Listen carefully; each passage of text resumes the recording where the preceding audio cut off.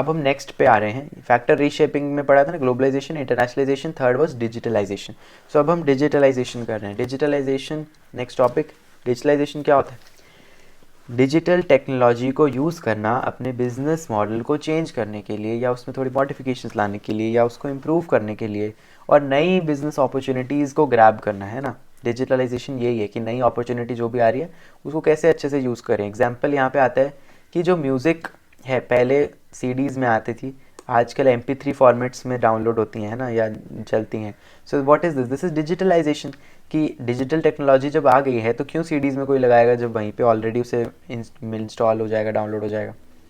That is digitalisation, technology की वजह से, राइट। तो ये अपॉर्चुनिटी थी जो यूज़ हुई, बिजनेस मॉडल था जो चेंज हुआ। सीडीज़ के बिजनेस आजकल नहीं चलेंगे, right. So that is why this involves use of IT infrastructure and digital technology tools. जैसे ये एग्जाम्पल दे रखे हैं ना, क्लाउड कंप्यूटिंग होता है, डेटा एनालिटिक्स होता है, social media is also one of them. So ये सब बेसिकली टूल्स हैं जो बेसिकली इंटरनेट रिलेटेड टूल्स जो भी हैं वो यूज़ करके, IT इंफ्रास्ट्रक्चर, इंफॉर्मेशन टेक्नोलॉजी में जो भी टर्म्स हैं वो सब यूज़ करके तुम इसको अपने बिजनेस में यूज़ कर सकते हो। Then business transformation through digitalisation, कि भैया डिजिटलाइजेशन से बिजनेस कैसे ट्रांसफॉर्म होता है, या क्यों हम बोलते हैं कि डिजिटलाइजेशन आजकल बिजनेसेस को बदल रहा है। तो देखो पढ़ते हैं, rise in e-commerce platform, this is a proof कि कैसे आजकल सारे कस्टमर्स ऑनलाइन लेते हैं। पहले ऑनलाइन कोई नहीं लेता था 10 साल पहले। आजकल क्यों इतना राइज पे है कि सब सीधा ऑनलाइन, नॉर्मल दूध भी मंगाना तो वो ऑनलाइन आ रहा है। कैसे? Because there is so much rise in the e-commerce platforms and convenience है जो भी है, बट लोग जा रहे हैं ऑनलाइन और तभी परचेज कर रहे हैं instead of going out. They are not preferring that. So digitalisation ने ही तो ये बिजनेस मॉडल बदला है। ट्रांसफॉर्मिंग द बिजनेस मॉडल्स, वही जैसे मैंने बोला, बिजनेस मॉडल्स ट्रांसफॉर्म हो रहे हैं बिकॉज ऑफ डिजिटलाइजेशन। पहले कुछ और जैसे करते थे, यहाँ पे ओला का एग्जांपल दे सकते हो आप, है ना। वो एक बिजनेस मॉडल बना था, उसने पूरा ट्रांजिशन ले आया था वो, कि पहले नहीं होता था वैसे। ट्रांसफॉर्मिंग बिजनेस डोमेन्स, ये भी बहुत वो है कि जैसे लोग अपना निश जिसमें वो काम करते थे उससे ज़्यादा एक्सपैंड कर रहे हैं। जैसे रिलायंस पहले क्या था, टेलीकम्युनिकेशन था, जियो। लेकिन आजकल वो जैसे आजियो उसने निकाला है, वो क्या है, वो अमेजोन या फ्लिपकार्ट को भी कम्पीट कर रहा है। सो इट इज़ लाइक पहले वो डोमेन टेलीकम्युनिकेशन में था, लेकिन अब वो क्लोथिंग और पता नहीं क्या क्या उसमें आ गया। सो इट इज़ लाइक वो एक्सपैंड कर रहा है, ई-कॉमर्स में आ गया, right. So that is transforming of business domain, मतलब बिजनेस मॉडल भी ट्रांसफॉर्म हो रहे हैं, बिजनेस डोमेन्स भी लोग अब ट्रांसफर कर रहे हैं। ट्रांसफॉर्मिंग ऑर्गेनाइजेशन कल्चर, अब ऑर्गेनाइजेशन का कल्चर भी ट्रांसफॉर्म हो रहा है। इसका बेस्ट एग्जांपल है डोमिनोज का ब्रांडिंग, कि वो पहले उसका कल्चर जैसे होता था उसमें ट्रांसफॉर्मेशंस आए because of over the years digitalisation और टेक्नोलॉजी और ये सब की वजह से।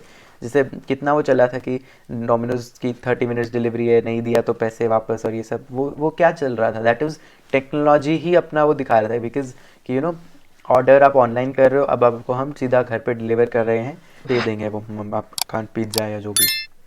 तो इसके क्या बेनिफिट्स हैं डिजिटलाइजेशन के? बहुत सीधी सी चीज़, डिजिटलाइजेशन है इसलिए आपका रेवेन्यू इंक्रीज़ हो रहा है, ग्रोथ एंड एक्सपेंशन अपॉर्चुनिटीज़ आ रही हैं, कस्टमर ज़्यादा सेटिस्फाई हो रहा है, ह्यूमन एरर कम है ना, क्योंकि कंप्यूटर वगैरह से काम हो रहे हैं तो ह्यूमन एरर कम है। कॉम्प्लेक्स टास्क ईजी हो गए, again computer complex task easy कर देता है। इनोवेशन, कि भाई आप प्रोडक्ट और सर्विस में इनोवेशन आ रही है ना, क्योंकि अगेन टेक्नोलॉजी बढ़ रही है तो हर चीज़ में इनोवेशन आ ही रही है। सो ये सब again digitalisation. I will again say इसमें बहुत कॉम्प्लिकेटेड मत ही करो तुम, है ना। Chapter is very simple, straight forward सा चैप्टर है, कॉमन सेंस वाला। सो इसको वैसे ही रहने तो ऐसे ही क्वेश्चंस बस सीधा डायरेक्ट जैसे बोलेगा, write a short note on digitalisation, write a short note on internationalisation, ऐसे ही क्वेश्चन आते हैं। हाँ ओके, नेक्स्ट पे चलते हैं। Next topic is entrepreneurship. देखो एंटरप्रेन्योरशिप क्या है। जब आप बात कर रहे हो एंटरप्रेन्योरशिप की, आपको पता है जैसे आजकल क्या हो रहा है, कोई भी अपॉर्चुनिटी को कोई लेके कि हाँ आजकल यार ऐसा कोई बिज़नेस नहीं है, ऐसा मैं चाहता हूँ ऐसा कोई बिज़नेस हो, स्टार्टअप क्या है वो, बेसिकली यही है कि you are creating value through recognition of some business opportunity. कोई बिजनेस अपॉर्चुनिटी आपने रिकग्नाइज करी, टैप करी, उसको यूज़ करके आपने एक वैल्यूएबल चीज़ क्रिएट करी, प्रोडक्ट या सर्विस कुछ भी। Taking a risk to bring a project to reality, कि आपके दिमाग में आइडिया से आपने उसको रियलिटी में बदला, थोड़ा रिस्क लेके, अपॉर्चुनिटी को ग्रैब करके, वैल्यू क्रिएट करके, प्रोडक्ट या service. This is entrepreneurship. Functions of entrepreneurship क्या है? अगेन जैसे यही सब चीज़ें, creation of value, innovation, risk होता है, इकोनॉमिक डेवलपमेंट। अब जितने ज़्यादा देश में एंटरप्रेन्योर्स बढ़ते हैं इतनी ज़्यादा इकॉनमी बढ़ेगी। Better stand of living, economy बढ़ रही है, स्टैंडर्ड ऑफ लिविंग नहीं बढ़ेगा लोगों का। So it is like definition से निकल के ये सब पॉइंट्स आ रहे हैं कि एंटरप्रेन्योरशिप से क्यों हो रहा है। नेक्स्ट एक टॉपिक आता है इनोवेशन। अब बाद में हम इन दोनों को रिलेट भी करेंगे, बट अभी समझ लो इनोवेशन क्या है।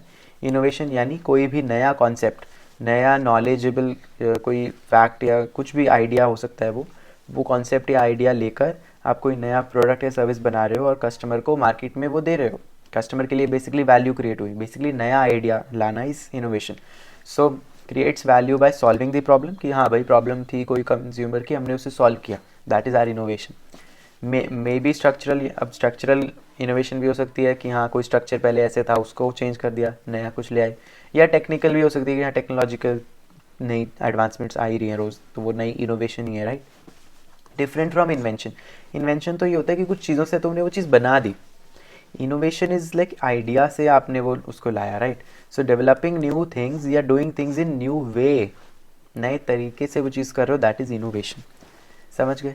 अब ये इनोवेशन अलग अलग टाइप्स का भी होता है, पता है। जैसे एक तो हो गया कि डिपेंडिंग ऑन कि क्या इनोवेट कर रहे हो, प्रोडक्ट कर रहे हो तो प्रोडक्ट इनोवेशन, सर्विस कर रहे हो तो सर्विस इनोवेशन, बिजनेस मॉडल कर रहे हो तो बिजनेस मॉडल इनोवेशन, प्रोसेस या टेक्नोलॉजी जो भी कर रहे हो वो टाइप की इनोवेशन है ना, कि क्या इनोवेट हो रहा है। एक होता है अदर क्राइटेरिया, इसमें आता है जैसे रेडिकल इनोवेशन, कि बहुत बहुत मेजर कोई इनोवेशन आ गई, जैसे स्मार्टफोन्स था, वो बहुत रेडिकल इनोवेशन था, कि एक ऐसा इनोवेशन जिसने बहुत हिस्ट्री बदल के रख दी, right. Incremental innovation, incremental innovation वो होती है जो इंक्रीमेंट, समझ रहे हो, इम्प्रूव, कि किसी चीज़ का इम्प्रूव्ड वर्जन आ गया, जैसे 2G से 3G से 4G से 5G भी अब आ गया। So this is incremental innovation, कि धीरे धीरे इंक्रीज हो रहा है। देन डिसरप्टिव इनोवेशन, डिसरप्टिव जो किसी पिछली चीज़ को खत्म इन द सेंस कि उसको दबा के कुछ अपना ही नया ले आया। डिसरप्ट मतलब एक को ख़त्म करके, ख़त्म नहीं मतलब बिल्कुल ज़ीरो नहीं किया, बट एक को हार्म पहुंचा के वो नई चीज़ आई है। इसमें क्लासिक एग्जांपल है जियो का, कि कैसे पहले एयरटेल और वो सब वोडाफोन क्या रेट्स पे टेलीकम्युनिकेशन के वो सर्विसेज प्रोवाइड करती थी, बट जियो के आते ही जियो ने जिस रेट पे लाया तो सब ने रेट कम कर दिए। सो दिस वाज डिसरप्टिव इनोवेशन, की एक ऐसी इनोवेशन जो दूसरे के हार्म पे, एक की कम हुआ सेल्स या जो भी, उस पे वो इनोवेशन आई है। जैसे जियो ने डिसरप्टिव इनोवेशन की by disrupting the telecommunication services provided by Airtel etcetera. So this was innovation. हाँ, इसमें एक टॉपिक और आता है कि जब आप सक्सेसफुल इनोवेशन की बात कर रहे हो उसके लिए क्या चाहिए, कि क्यों क्या चाहिए होगा इनोवेशन के लिए। पर्पसफुल, कि जो आप इनोवेशन कर रहे हो वो किसी पर्पस के लिए हो। क्रिएटिंग डाइवर्स टीम्स, है ना। अब इनोवेशन कब आएगी, जब ज़्यादा लोग मिलके आइडियाज़ लेंगे। कीपिंग थिंग्स सिंपल, कॉम्प्लिकेट करोगे तो कोई इंटरेस्टेड ही नहीं होगा उसमें। चैलेंज द इंडस्ट्री एजम्पशन, की जो चलती प्रथाएं आ रही है उसको हटाना है ना। यही तो जियो ने जैसे किया, कि जो इंडस्ट्री की एजम्पशंस थी कि हाँ लोग मानते थे यार अब इतना तो मतलब चल ही रहा है, ऐसे ही है, बट जियो ने वो करके दिखाया कि कैसे वो चेंज ला सकता है। इनकरेज द रिस्क टेकिंग, ये तो है, रिस्क के बिना तो कुछ नहीं होगा। Commitment to improve the customer satisfaction, कि आपके अंदर वो होना चाहिए कि हाँ मेरे को कस्टमर पे ध्यान देना है, कस्टमर की सेटिस्फेक्शन लानी है।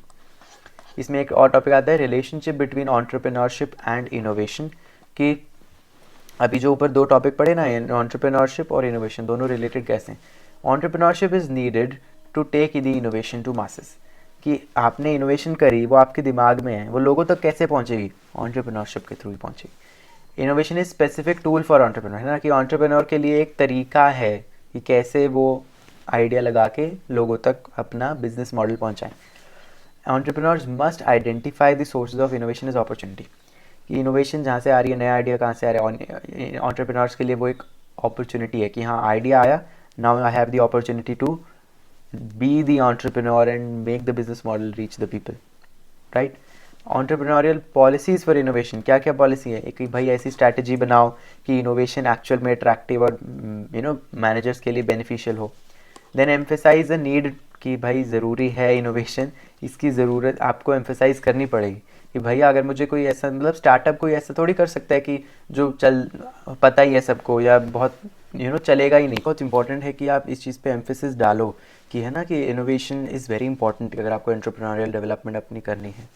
Then create an innovative plan, again अगर आप इनोवेटिव प्लान नहीं बनाओगे, प्लान बोरिंग सा होगा पहले जैसे होगा, तो उसमें कुछ एंटरप्रेन्योरशिप वाला नहीं होगा, बिकॉज अगेन वो आइडिया पहले से डेवलप्ड है, कुछ न्यू आइडिया लाओगे तभी कुछ होगा, है ना। अब वो क्रिएट कैसे करते हैं इनोवेटिव प्लान, वो यहाँ बता रखे देखो।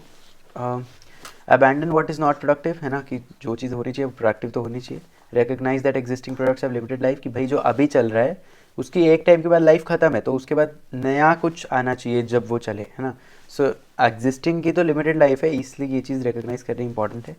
एनालाइज करंट बिजनेस, अभी क्या है बिजनेस आपका वो एनालाइज करो।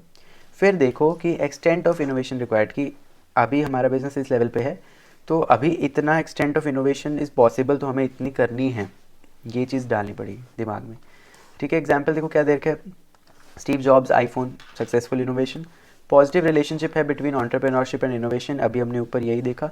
Combination of both of these values make an organisation successfully grow in today's dynamic environment. ठीक है, ये क्या हो गया, ठीक है।